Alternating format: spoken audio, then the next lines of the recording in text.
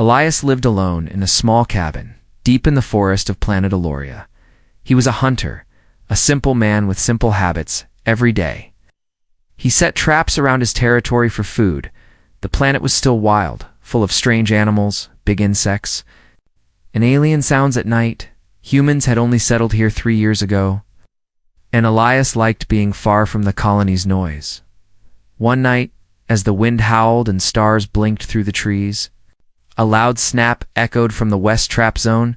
Elias froze, his hand still holding his cup of warm broth. He listened carefully, his ears sharp from years of hunting.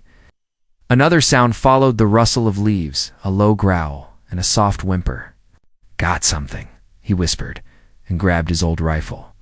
He walked quietly through the woods, his boots sinking into soft moss. The moonlight flickered between the branches above, lighting his path in silver shadows as he neared the trap. Elias expected a wildcat, or maybe one of the 6-legged fox beasts. But what he saw stopped him cold, caught in the net, struggling and snarling. It was not a creature from the forest. It was a girl, not a human girl. She had soft silver skin that shimmered under the moon. Her eyes glowed faint blue and strange. Glowing lines ran across her cheeks and arms. She wore a torn fabric suit, half alien armor, half tribal cloak. Her hair, white as snow, was messy and full of leaves. Elias lowered his rifle slowly. The girl turned her glowing eyes toward him and froze. She looked scared, truly scared, like he was the monster, not her. "Hey," he said gently. "I didn't mean to trap you." She didn't understand. Instead, she hissed and pulled away, her body shaking. Then she whispered something in a soft, trembling voice. "Don't eat me. Please, not like this." Elias blinked. "Eat you?" he asked, confused. Her fear deepened. She seemed to believe she was about to be slaughtered. "Cooked, or worse." No, I'm not going to hurt you," Elias said, raising both hands. He stepped closer and carefully began to cut the rope net. The girl flinched every time the knife moved, but she didn't fight. It was like she had already given up when the net finally dropped. She didn't run. She just sat there, hugging her knees, staring at him with wide, wet eyes. Elias didn't know what to do. He couldn't leave her out. Here it was too cold, and she looked weak. "Come on," he said softly, motioning toward the cabin. The girl didn't move. So he took off his coat and placed it on her shoulders. That seemed to surprise her. After a moment, she stood up, slowly, and followed him without a word. The walk back was quiet. The forest, once full of strange animal cries, now felt silent, like it was watching them. Rain started to fall, light at first, then heavier. Elias picked up the pace, glancing back at her often. She kept her eyes on the ground, holding the coat close to her small frame. Inside the cabin, Elias lit a fire. He laid out a blanket and placed some food near the fire. He didn't want to scare her again, so he kept his distance. She sat by the fire, trembling, her eyes scanning every shadow, every movement. Elias sat across the room, pretending to fix a broken gear on his rifle. But really, he was just watching her, trying to understand. Who was she? Where did she come from? Why did she think he would eat her? After a long silence, she finally whispered, "My name." Vaguely, Elias smiled a little. "I'm Elias," he said. She looked at him, confused, but nodded slowly. She didn't touch the food, but she wrapped the blanket tighter. The firelight reflected in her silver skin, making her glow like a ghost. From the stars outside, the rain turned to ice. Tapping against the window, inside, Elias watched the strange alien girl who now sat in his cabin. And deep inside, he knew this was no normal encounter. This was the start of something big. Something dangerous, and something he could never walk away from again. The fire crackled quietly in the small wooden cabin. The rain outside had slowed to a soft drip, but inside the air was thick with silence. Vailey sat by the flames, still wrapped in Elias's old coat. Her glowing eyes reflected the fire like twin lanterns in the dark. Elias had offered her food, water, and even a dry towel. She hadn't touched any of it. Instead, she sat with her knees pulled to her chest. Unmoving, her shoulders trembled every few minutes, not from cold, but fear. Elias leaned back in his wooden chair, pretending to read an old datapad, but he wasn't reading, he was watching her from the corner of his eye. She hadn't blinked in a long time. She hadn't even shifted her weight. Midnight passed, still. She didn't sleep. Elias finally spoke. His voice low and gentle. "You can rest now, Vayli," he said. "No one's going to hurt you here." Her glowing eyes met his. Then she shook her head slowly and whispered, "If I sleep, they find me?" Elias asked. She didn't answer. Instead, she stood suddenly. Backing into the corner of the room like a frightened animal, the coat slipped off her shoulder, revealing fresh scars, long and thin. Like wires had been wrapped too tight, Elias stood too, but stayed where he was. He held out his hand slowly, palm open. "I won't hurt you," he said. "I swear on my life." Vayli stared at his hand for a long moment. Then she whispered something in a language he didn't understand. Her voice cracked as she spoke, and tears welled up in her glowing eyes. Then, surprisingly, she stepped forward and placed a tiny metallic object in his hand. Elias looked down. It was a chipped tracker. Blinking faint red, she had a tracker on her, he thought. No wonder she was so scared. Someone was probably looking for her. He dropped the device into the fire without a word. The plastic casing cracked, sparked, and then melted into black ash. Vayli watched it burn. Then slowly, she sat back down near the fire. She picked up the cup of water and drank carefully, not in a rush this time, just thirsty and tired. After a long pause, she spoke again, her voice almost a whisper. "They take us when we're small," she said. "Put tags. Sell to buyers. Call it trade." Elias felt sick in his stomach. He had heard rumors of dark trade routes between alien worlds. He just never thought someone like her would end up this deep in the forest. "I escaped," Vayli continued. "They chase me, always. Every sleep I see their faces." "You're safe now," Elias said again, gently. "I won't let them take you." She looked at him, confused. "Why?" Elias didn't know how to explain it, so he just said, "Because you didn't deserve any of that." They sat in silence again, the fire their only company. She finally ate the root vegetables, chewing slowly. Then she leaned back, her head resting against the wall. But her eyes still open, kept scanning the room like a soldier trained in fear.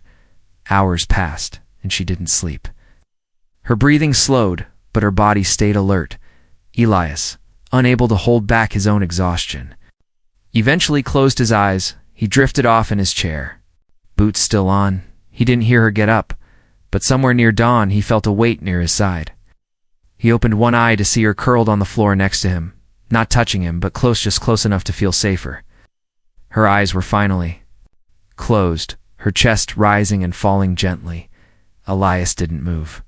He stared at her for a moment and thought, this girl had run from monsters, survived being sold, escaped into wild forests, somehow still had the strength to hope. As the first rays of morning light crept through the cabin's window, Elias knew one thing for sure: he would protect her, no matter what came next. Because something in her silence spoke louder than any scream. And for the first time in years, he didn't feel alone anymore. Morning came with golden light pushing through the cracks in the wooden cabin walls. Elias blinked awake, his neck stiff from sleeping in the chair. He looked down and saw her Valley still asleep on the floor beside him, curled up, quiet. Peaceful. For the first time since he found her, he didn't move, afraid the smallest sound might wake her. Her silver skin glowed softly in the morning sun. The scars across her arms looked older in the light. She seemed fragile, almost breakable. But there was something strong inside her too, something still alive, still fighting. When she finally opened her eyes, she sat up fast, alert again. Then she noticed him watching her, not with fear or anger, but calm, and something in her eyes softened. Just a little. She didn't move away this time. Instead, she whispered, "You didn't leave." Elias shook his head. "I said you were safe," he replied. "I meant it." Vayli stood and walked toward the window. She looked outside, at the green forest and the rising sun. Then she turned around and said, "I help now. You help?" Elias asked, surprised. She nodded. "Not hide always. I want help." And from that moment, something shifted. She followed him out into the woods later that day. Her steps were quiet, like a shadow. She watched how he checked traps, how he moved slowly, how he listened to the wind, and soon she began pointing out broken wires or showing him which berries were safe. Elias realized she knew the forest better than he did. Maybe she had been hiding in it far longer than he thought. They returned to the cabin with a basket of roots, leaves, and mushrooms. That evening, Elias cooked stew over the fire. Vayli sat beside him, watching carefully. When he handed her the bowl, she didn't flinch this time. She ate quietly and even asked, "What's this one called?" Pointing at a sliced vegetable, Elias smiled. "It's called shadow root," he said. "It tastes bitter, but it keeps your stomach full." She nodded and said, "Shadow root." Practicing the word like it was a spell, her accent was strange. But gentle Elias found himself listening to her voice more closely than he meant to. That night, she sat closer to the fire.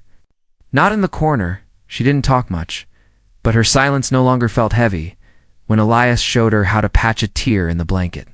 She mimicked the movement. Her fingers were fast and skilled. She was a survivor. No doubt, suddenly she looked up and asked, "Why you don't use me?" Elias blinked, unsure what she meant. She continued, her voice low and flat. "Men before. They see me, use me, sell me." She paused, then looked directly at him. "You know touch, no lock, no hurt?" Elias placed the thread down. Slowly, "Because you're not an object," he said. "You're not a thing. Vayli, you're a person." Vayli tilted her head, confused. No one said that word before. What word? Elias asked. "Person," she whispered. "Always said, asset, pet, rare type, blue one." He felt his throat tighten. "No," he said firmly. "You are a person. Your name is Vayli, and you are free." She stared at him for a long time, then slowly placed her hand over her chest and said, "I am." Person? Like she was trying the word on her own skin for the first time? Elias nodded. That night, as the fire burned low, she hummed a soft tune, something old, something alien. It filled the cabin like starlight, and for the first time, Elias felt something blooming between them. Not just trust, but connection. Like two pieces from different worlds, finding the same rhythm. Vayli didn't sleep on the floor that night. She moved her blanket near Elias's chair and rested beside him, still not touching, still a safe distance. But close enough for him to hear her soft breathing outside. The forest whispered and rustled. But inside, the cabin was warm, and the girl who had once trembled at every sound now slept peacefully, finally starting to believe that maybe she wasn't alone anymore. Asterisk rain fell hard that evening, tapping on the cabin roof like nervous fingers. Inside, the fire crackled low, and the warmth felt safe. Vayli sat near the corner, legs crossed. Her head tilted slightly as Elias showed her how to strip wire from an old transmitter. She watched every motion closely, her silver blue eyes sharp. But calm, something about her had changed. She no longer flinched when Elias spoke. She even smiled just a little when he made a joke about his terrible cooking. Her voice had grown more confident, her hands steadier. For once she seemed to believe that she was not going to be hurt. But peace never lasts long for people like her or him. It began with a hum in the distance. Not a sound from the forest, not thunder, but something mechanical, smooth, and wrong. Vayli's ears twitched. She stood quickly and moved to the window. Elias followed her gaze. Above the trees, barely visible through the rain-red lights, blinked. A shadow moved across the sky, slow and wide. A ship, not a colony vessel, not rescue. It was matte black with claw-like wings and silent engines. It circled once, then drifted lower, like a predator smelling blood. "No," Vayli whispered her, voice shaking. "No, no, no." Elias grabbed his rifle. "You recognize that ship?" She nodded. Her whole body trembled now, her back pressed to the wall. "Hunters," she whispered. "Flesh market men. They track runaways." Elias cursed under his breath. "How long do we have?" "Not long," she said. "They smell. Heat trails. Emotions. Memory." Elias didn't question it. She had survived them before. He moved fast, packing gear, extra food. Pulling out a dusty satchel with old smoke beacons, Vayli helped without being asked. Her fingers moved quickly, sealing the blanket rolls, loading the knife pouch, but her eyes. They kept flicking toward the window, wide with fear. They have machines that dig into minds, she said quietly. If they catch me again, I don't come back. You're not going back, Elias said firmly. Not while I breathe. They left the cabin and disappeared into the trees. The storm covered their tracks. Rain soaked their clothes, but Elias knew the paths well. They headed toward the southern ridge high ground with caves and narrow crevices. Behind them, the hum grew louder. Then came lights bright, white beams slicing through the forest. Drones, 4 of them, scanning the trees. Split up, Elias whispered. No, Veli said immediately. They catch alone faster. He hesitated, then nodded. They stayed low, moving together, their breathing quiet, but the drones were fast, and one broke off. Heading straight toward them, Elias aimed his rifle. Wait, Veli said suddenly, grabbing his arm. She stepped in front of him, closed her eyes, and began to hum. Not a song, a sound, soft and layered. It echoed in the trees like dozens of voices at once. Then the drone stopped midair, confused. Its lights blinked red, then yellow, then blue. It turned away, drifting off as if it had lost interest. Elias stared at her in shock. What was that? Old voice.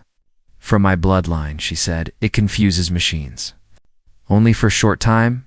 You're full of surprises, he muttered. Veli smiled weakly. In danger, they reached a small rocky cave just before the main light beam swept past. Inside they caught their breath, soaked, cold, but still. Alive, Elias placed a small heat lamp against the stone wall. Veli crouched, hands shaking as she dried her face. Then she looked at him and asked, Why do you stay? You could run. Leave me. They won't chase a human. He looked at her seriously. I don't leave people behind, he said. Especially not the brave ones. She bit her lip, then nodded slowly. I used to dream of someone like that, she whispered. Someone who'd stay outside. Thunder crashed, and the wind roared through the trees. The hunters were still searching, and they were getting closer, but inside the small cave. Elias reloaded his rifle. Veli tied her hair back. Her eyes no longer full of panic, but something sharper, determined. If they want to find us, she said softly, they'll wish they didn't. And in that moment she was no longer the scared girl in a net. She was something else now, someone reclaiming her fire. The storm passed in the night, but the danger didn't. By morning, forest was still wet, silent and full of eyes. Caleb packed quietly. Checking the remaining supplies, Shali sat by the cave entrance, her back straight, her gaze focused. Her glow had returned, dim but steady. She didn't flinch anymore. She was watching now, learning, preparing. We can't stay in the open, Caleb said, tying off a small bundle. They'll come back. Shali nodded. You said, you know a place? Caleb looked toward the ridge. There's an old place forgotten, he said, hidden in the mountain. Not marked on any map? Safe? She asked. It was built by humans before the colony ships came, Caleb replied. I don't think even the slavers know it exists. She stood and brushed her hands clean. Then we go, she said. But her eyes softened as she added, only if you lead. Caleb met her gaze and nodded once, and so they traveled. It took them a full day. Climbing steep paths and crossing deep streams, they didn't speak much. But something between them didn't need words anymore. When one stumbled, the other reached out.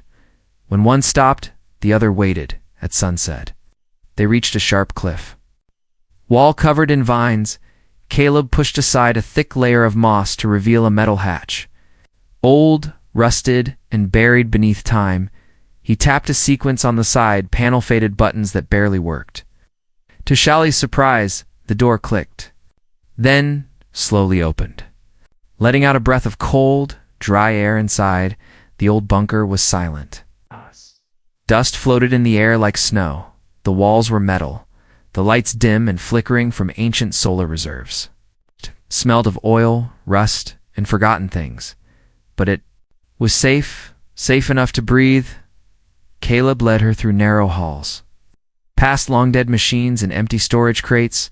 Finally, they reached a round room, part living quarters, part command station. This is it, he said. Home. 4. Now Shali walked to the center of the room. Turning slowly, she ran her fingers over the walls. It feels like memory, she whispered, like something old that still listens. That night, they didn't need a fire. The old heaters still worked, humming softly. Shali curled on one of the padded benches. Caleb made soup with old meal packs he'd stored here long ago. She smiled when he handed her the bowl. Still terrible, she said, teasing him. He smirked. You keep eating it. They sat in peace, for the first time since he'd found her in the trap. There was no fear outside, no drones in the sky. Only the sound of soft wind brushing the mountain and the low hum of old machines. Later, Shali asked, "Why do you live like this? Alone? Hiding?" Caleb leaned back and looked at the ceiling. "I didn't plan to," he said. "Lost my crew. My ship. Didn't fit with the colony life. I figured if I can't belong out there, I'd make a place that fits me here." She looked at him closely, and now he glanced at her now. "I'm not alone." Shelley's breath caught. She looked away, but her lips trembled. "I never had a place before," she whispered, not even as a child. Caleb stood and walked over to a small control panel. He turned on a screen. It showed the mountain view from a hidden camera. The stars above glittered clearly, untouched by light or war. He nodded toward it. "You have won now?" She walked to stand beside him, silent for a long moment. Then she reached into her cloak and pulled out a small round object, a locket. Smooth and silver, she opened it and placed it on the console. The image of a tiny blue-skinned child flickered into the air, smiling. "Holding a toy, my sister," she said, voice tight. They took her first. I never saw her again. Caleb gently covered her hand with his. "No one will take you again," he promised. "Not while I'm still breathing." Outside, the forest moved on, but inside that bunker, a human and an alien girl found something. They never thought they'd feel again belonging, not in a city, not in a ship, but in each other. It was no longer about running. It was about making a place where no hunter could reach, and in that hidden refuge, the girl who once slept with. Open eyes finally dreamed without fear. Asterisk, the days passed quietly in the mountain bunker. Outside, the forest stayed wet and still. No more signs of hunters, no ships in the sky, but inside, something had begun to change. Not in the world, in her. Shali stood in the dim hallway, staring at her own reflection in a rusted steel panel. The girl who looked back at her wasn't the same girl Caleb had found in the net. Her hair was cleaner, her back straighter, but something deeper was shifting, something beneath the skin. It started with the dreams. She saw flashes, blinding lights, alien symbols, hands covered in silver light. She heard voices calling her name in a language she didn't understand. When she woke up, her fingers tingled, and sometimes her body glowed softly. Caleb noticed it too one night, as they sat sharing hot tea. Her skin gave off a soft golden shimmer. It wasn't from the light, it was from within, your arms, he said quietly. She looked down and blinked, surprised. Thin glowing patterns, like tiny constellations, moved just under her skin. "It's happening again," she whispered. "I can't stop it. Is it dangerous?" He asked. I don't know." Shali stood and moved to the far wall, breathing deep. She held out her hands' palms, opened and closed her eyes. Caleb watched as the air around her shifted slightly. Then a small object floated into the air. A wrench lifted slowly from the floor, spinning gently above her hand. Caleb's mouth opened. "Shali," he said softly. She dropped it at once, eyes wide in fear. "I didn't mean to. I swear." He walked over and placed a hand on her shoulder. "It's okay," he said, "I think. It's part of you." She sat down, trembling. "My kind were made in labs, spliced with memory tech from long-dead empires. Our blood remembers what our minds forget." She looked up at him. "But when it wakes, it burns." That night, the pain came. Shali screamed in her sleep. Caleb rushed to her side. Her body was glowing brighter than ever, her back arched, hands clutching her chest. She muttered words in a forgotten language, tears rolling down her cheeks. "Stay with me," Caleb said, gripping her hand. "I'm here." Suddenly, body pulsed with light. A shockwave of energy knocked over a table. Lights in the bunker flickered, and then silence. Shali lay still, breathing slowly. When her eyes opened, they glowed bright gold, and she whispered, I remember now. The next morning, she sat at the edge of the old metal bed, hands calm, face focused. I was not just created. She said, I was programmed for defense, for war, for leadership. They called me an Echo class. Echo, Alabast. She nodded. Because we are the last echo of a dead civilization. My power. It's not magic, she said. It's old science, built into my blood. Caleb sat beside her. Do you control it now? Not fully, she said, but I'm not afraid of it anymore. She smiled a little. I was always told to hide it now. He asked, now I want to learn it?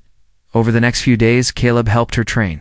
He cleared space in the bunker and laid out stones and tools. Shali learned to lift them, to feel them. Sometimes she failed, sometimes she cried, but each day she grew stronger, and more than that, Caleb saw her smile more, not just with her lips, but with her eyes, her posture, her presence. She was no longer just surviving. She was becoming. One night, as they sat by a small electric lantern, Shali turned to him and said, I never thanked you. For what? He asked. For seeing me as more than a thing, she said. For staying when you could have run. Caleb looked at her and shook his head. No, he said, thank you. For trusting me when no one else did. There was a silence between them, then warm, heavy, full. Then she whispered, when I touch your skin. It doesn't hurt anymore. Caleb blinked, unsure how to respond, so he just said the truth. Same that night. Neither of them slept alone. They didn't need to explain it. There were two lost things that found peace in the same corner of the galaxy, and while above them, the hunters may still search. In that mountain cave, the girl made for war found something greater, a reason not to become a weapon, but a protector.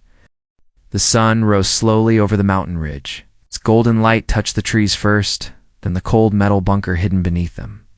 Inside, Shali stood still in silence. Her hands were glowing gently, her breathing calm. This would be the day they stopped running, the day she chose who she really was. Caleb tightened the straps on his gear, loading 2 energy bolts into his rifle. He looked at her across the room. She wore the worn leather vest he gave her in a sash. Made from the scarf of her people, her glowing lines had faded slightly, but her eyes still burned bright. They're close, she whispered. 5 of them, maybe 6. Caleb nodded. They found the old traps. They always find everything, she said. But not this. She looked around the bunker at the warm light. It's the handprints on the walls, the marks of their shared days. This place has me in it now. Then a sharp beep. The motion alert from above flashed red. Caleb grabbed his rifle. Shali didn't flinch. She simply stepped forward and said, let me talk first. The ground above shook slightly as heavy boots landed. Voices shouted orders. Scanning beams sliced through the trees. One by one, dark figures dropped into the clearing, armored, faceless, armed with stun spears and cages. At the center of them stood a tall alien with cruel silver eyes. He raised a scanner that beeped wildly when it pointed toward the bunker entrance. She's here, he snarled, alive and glowing. The team moved in fast. But the moment the lead man touched the bunker, Hacha shockwave threw him back. Shali walked out of the shadows and stood in the sunlight. She looked smaller than them, thinner, unarmed but not weak. Not anymore, the leader growled. Return to your chain, 11E3. You belong to us. No, she said. I never did. She raised her hand slowly, and her voice changed. It wasn't loud, but it echoed, bouncing off trees, vibrating the very air. Leave now, or face the echo of what you made. One hunter fired a stun bolt before it hit. Shali blinked and disappeared. Not cloaked, not invisible, just gone. Then behind them, her voice again. You hunted a girl, now face the woman she became. She reappeared in midair, hands glowing bright. A wave of pure sound pushed through the group like thunder. Scanners fried, helmets cracked. One fell to his knees, screaming. Unable to handle the vibration, Caleb stepped out beside. Her rifle aimed, but he didn't fire. He didn't need to, because Shali had become the storm. Still, she didn't kill. She knocked them down, disabled them. Her power wasn't Rajat, was judgment, and when the leader stood again, barely able to lift his weapon, she walked up to him and said, Tell them what you saw. Tell them I'm not for sale. Tell them the echo ends here." He spat blood and nodded. Caleb stepped forward and whispered, "Run." The hunter fled into the trees. Dragging two of his fallen men, silence fell. The leaves stopped shaking. The sunlight touched Shelley's skin, no longer hiding her, but honoring her. She turned to Caleb, breathing slow. Her shoulders relaxed, her glow faded. "You were incredible," he said, stepping to her side. She laughed softly. "I didn't think I'd ever stop shaking." "But you did," he said. "You chose who you are." Shelley looked out toward the forest, then up at the sky. "I don't want to run anymore. Why to live? So let's start," Caleb said, "right here, in the days that followed." They repaired the bunker, planted herbs near the edge of the ridge. Shelley taught Caleb words from her first language. He taught her how to fish without a trap. She carved symbols into the walls, not of chains, but of freedom, of home, of two lives becoming one story. And sometimes, when she stood by the fire, at night, her skin still glowed softly, but it was no longer a warning. It was a light that said, "I am not what you made me. I am what I chose." The girl Caleb had once found in a net was gone. In her place stood someone stronger, wiser, unbroken, and deeply, fully free.